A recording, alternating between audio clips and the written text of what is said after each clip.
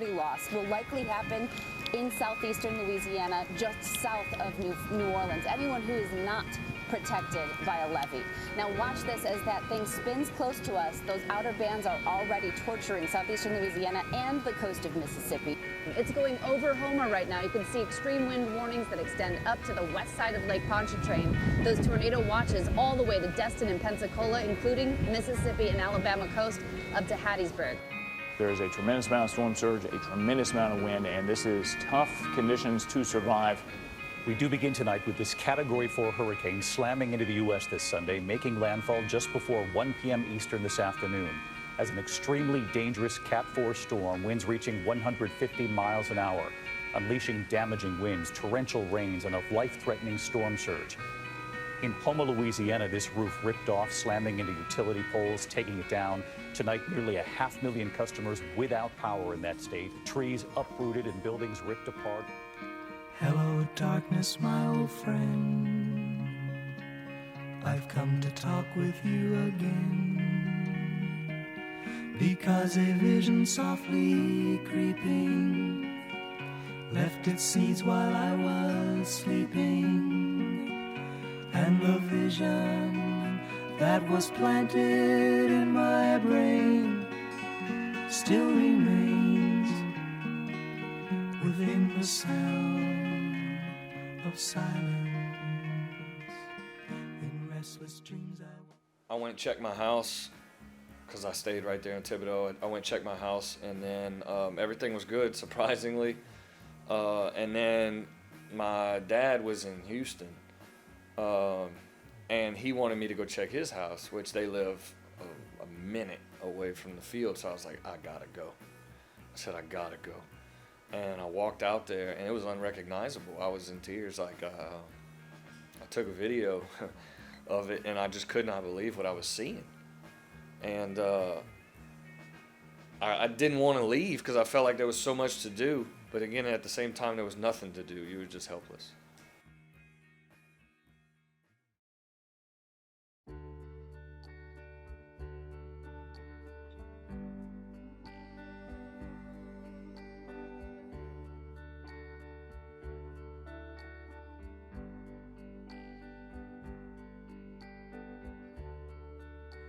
day is long.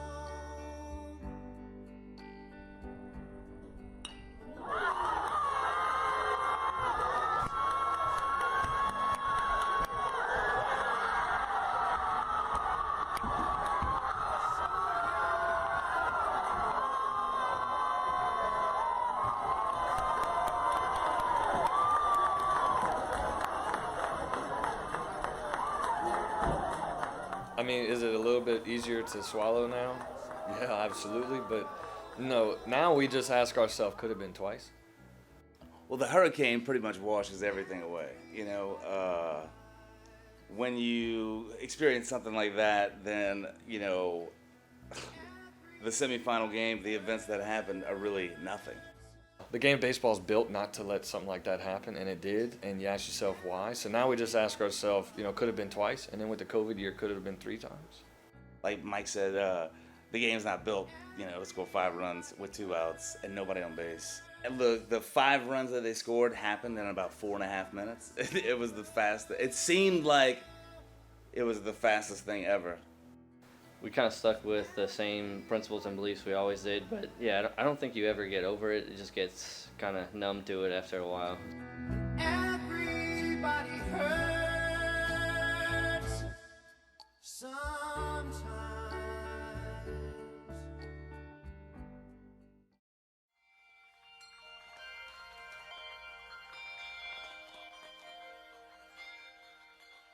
It's a beautiful morning.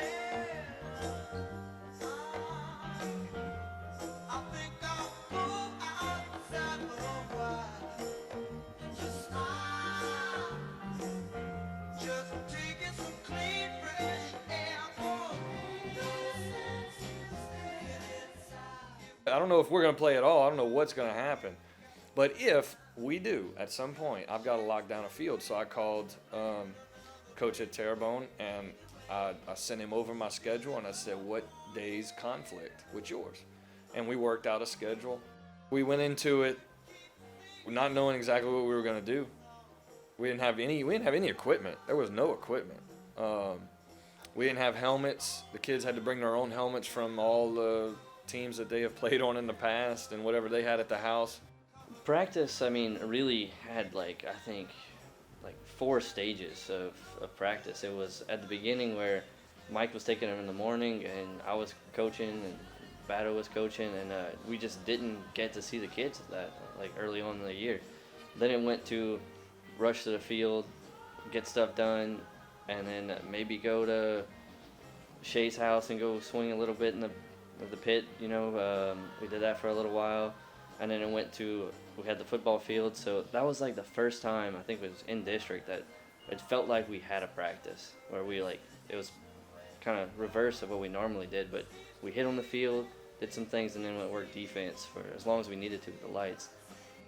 I had to scrounge around. I had to go to Academy and clean the shelves out, get $300, $400 worth of baseballs at Academy. And then we had to use an ice chest to haul them around in. Mike texted us one day, hey, what you want to do? And I'm like, I need to be in a cage with these kids. And that was one of the biggest struggles the whole year, was finding somewhere to hit. Just getting somewhere to work with kids at. And Battle worked at his house and he had a great place to throw, but just to go hit was a struggle all year. I had Austin Champagne at the house. It was 12:30 at night, and on a Thursday, and we are still doing it. It tested everything about us, the community and everything about persevering through things like that. It was a huge test. Mark didn't get his break till noon. Mike was off all morning, and he texted us 5,000 times. I'm like, if I reply, he won't stop. And Mark wouldn't reply. Then Mark would be at 12:30, or 1 o'clock. Mark would be like, hey, what y'all doing? I'm getting a new group of kids, and Mike's in class. So it was communication was it was crazy. I felt fairly confident after that series amount of time that we had, those weeks with scrimmages and the jamboree and then that first game. I felt confident. I mean, we looked good. Even with the level of practice that we had, we still looked good. We were swinging it well. We were trying to control the things that we can control because Battle's still in soccer, so the pitchers they weren't there yet. But the hitters, me and Coach O, we were trying to make sure that if we had to carry us, that's how we would have to carry it. And we looked good. I honestly thought that we would start better than what we did. For me, the season, the beginning, the middle, even the end, as a pitching coach, I just, as a coach with maybe a little bit more experience, even just knowing how the season's going to pan out, in my mind, I looked at the entire season as practice for the playoffs, for the end game. And then it was up and down from there on out, and we were just constantly looking for answers of why we were hitting this roller coaster. But our practice time was just all over the place. It was mentally and physically tough. I don't think the district losses changed my mind, the 0-6 ones, because we last year struggled in district, same thing. Not getting or splitting with Assumption Salafouche, I thought was going to hurt us a little bit in our seeding, but I really think it was the second Eleanor game that really hit me hard. I just felt like going into that game, I hadn't been able to coach like I wanted to coach for a while. I was pretty upset after that game. Finishing. We talked about playing 7 full innings and doing the little things and competing. We talked about all those things, and man, I really don't know, or I at least can't think of it at this moment, of why exactly the ball wasn't bouncing our way. We played some really good teams in some tournaments, and we Jesuit Brother Martin and Catholic of Baton Rouge, and played with them. We looked like we belonged. Somebody said, I can't believe we 0-6 in district. And I was like, wait, what? What'd you say? And we're 0-6 in district. And I was dumbfounded. I got in my truck and I drove to the stadium, stopped Mike on the mower, and I was like, dude, if somebody would have said, hey, look, this year in district, y'all gonna go 0-6, I would have lost my house in a bet.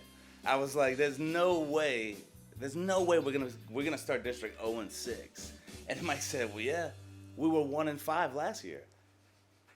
I was like, wait, what? What? Now, I mean, I was at the games. I called every pitch. I was living the games, living the season, and it just didn't seem like that. Now, I don't know if it's not because we're using the game to practice, but every game, you know, we're always learning something about the guys, about ourselves or whatever, or just, and there were some good games. You know, we started district, we didn't do very well in the first game. The next game we lose 1-0. The next game in 8 innings, you know, the next game we lose like 3-2. The 4 games before district, we lost by 1 run, and that was Catholic High, Jesuit, Brother Martin, whoever, and that was a pivotal moment in the season, I thought, to play those teams and just lose by 1. We proved something to them, to ourselves. At that point, I honestly looked at the season and said, if we can host a playoff game after everything we've been through, we won. We won the season. You know, just the ups and downs, everything that we were been through. After the Assumption game at our place or at Terrebonne, we sat in the dugout for like 2 hours trying to figure out what was going on. And why we were doing the things we were doing. And then you get into the Morgan Cities and the Ellanders, and look, you don't disrespect anybody. And Ellender came to play in that second one. You know, we had opportunities to kind of separate ourselves and didn't get hits and didn't do these things. The Central game kind of scared me more than anything, just the way we approached it. We did not play well in that game at all. You know, we finished it a lot better than, you know, we played pretty much, 1-2 innings of baseball offensively in that Central game. Other than that, we just didn't show up.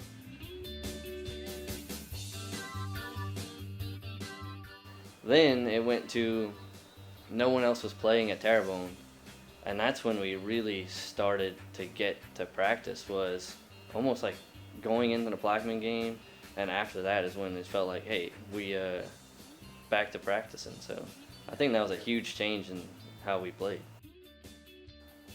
Then we got into the playoffs, and we hosted a Plaquemine team that I thought was a really good team. We knew that their arm that they were going to throw was a good arm. You know, heard some good things about him, and Christian just lit it up. I mean, you know, I thought once we hosted a playoff game, that was it. Everything we've been through, I thought the playoff game you host, good season. Their coach actually came up to me. I was coaching first, and he's like, man, what's that guy doing? He's like, we got some good hitters, and they just look foolish against him. I'm like, man, some mechanics, the way he throws the ball, it just comes out quick. He reaches out pretty far. And, I mean, they were just confused about him throwing. So I wasn't really worried about that game. After the Plaquemine game, you know, we looked at each other as coaches, and we were like, hey, man, good job. You know, like, let's go see what we can do. You know, we knew we were going to go up to number 2 Neville in North Louisiana, and, you know, we're going to go up there and compete. We're not going to back down by any means, but we're going to go up there and compete and see what happens and see if we get the ball bounce our way. And then once we won the first game at Neville the way we did, we looked at each other and went, somebody better knock us out, because we're just dumb enough to win the whole thing. The game plan for us there, going into South Lafourche, going into Neville. Neville's the number 2 team. South Lafourche free swings and crushes the ball. So we're going to run it off the plate for 7 innings. And we probably threw 90% fastballs and just let the other team get themselves out. You know, let the other team do too much, because they're supposed to beat us. number 2 team, Salafouche, best season in their lives. They're gonna come in cocky and do their thing, and we're just gonna sing the symphony, you know, and let them try to pull these outside pitches. And once they prove to us that they're making an adjustment, then we'll make an adjustment. But we not changing anything, you know, and it just worked out perfect. I think in district, that was the best hitting team we had seen all year. They were smashing the ball in district. And so going into the quarters against them,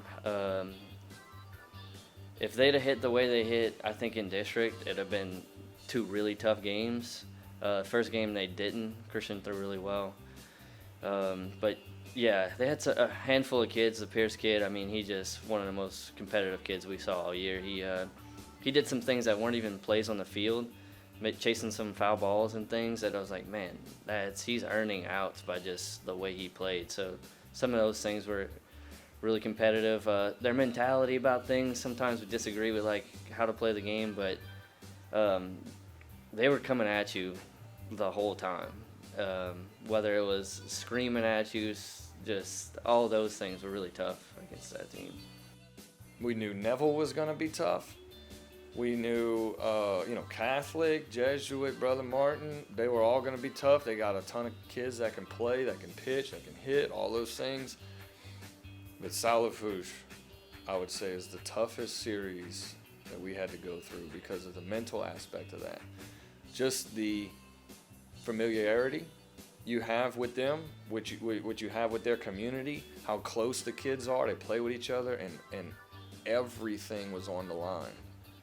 Everything. You say a state championship game, everything's on the line.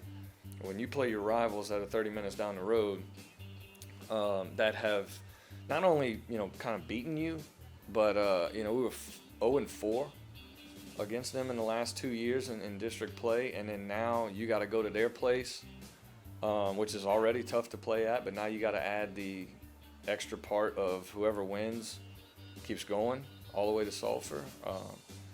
Salafouche was mentally draining. I didn't sleep the night before on that Thursday. The Wednesday night going into Thursday, I did not sleep at all. The state championship night before, slept like a baby.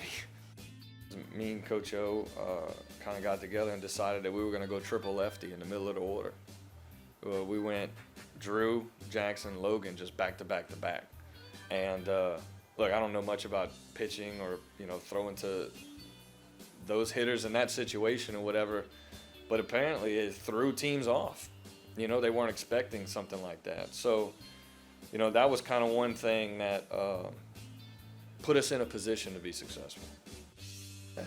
Me and Mike have difference of opinions a lot, and I think one of the best things is we're able to be pretty vocal about them, disagree, and then I'll have full faith in whatever he decides to do. But, I mean, all year we had, even last year, very different opinions about who should be playing, batting order. But we'd sit down and talk about them. The playoff decision to go 3 lefties was huge. Chandler said it kind of blew their mind. They didn't know what to do. Their plan was to not throw to the 2 big lefties, and then Drew got in. He had must have 2-3 2-out hits, RBIs. And that just put a damper in their gameplay. This is a terrible idea. Like, lefty. I was against it, and it worked out beautifully. The dynamic between us. Look, I like to say I wouldn't go lefty. That's a terrible idea. All right, let me put my spin on it. But it's not that I think I'm right at all, but it's how maybe I saw it, and it's necessary for me to throw that wrench in there so they can confirm that they are doubly right and I'm stupid. But it may make them think, and they do that to each other, and they do that to me, and it's perfect. And that's about it. We say we argue, but it's to get to a solution.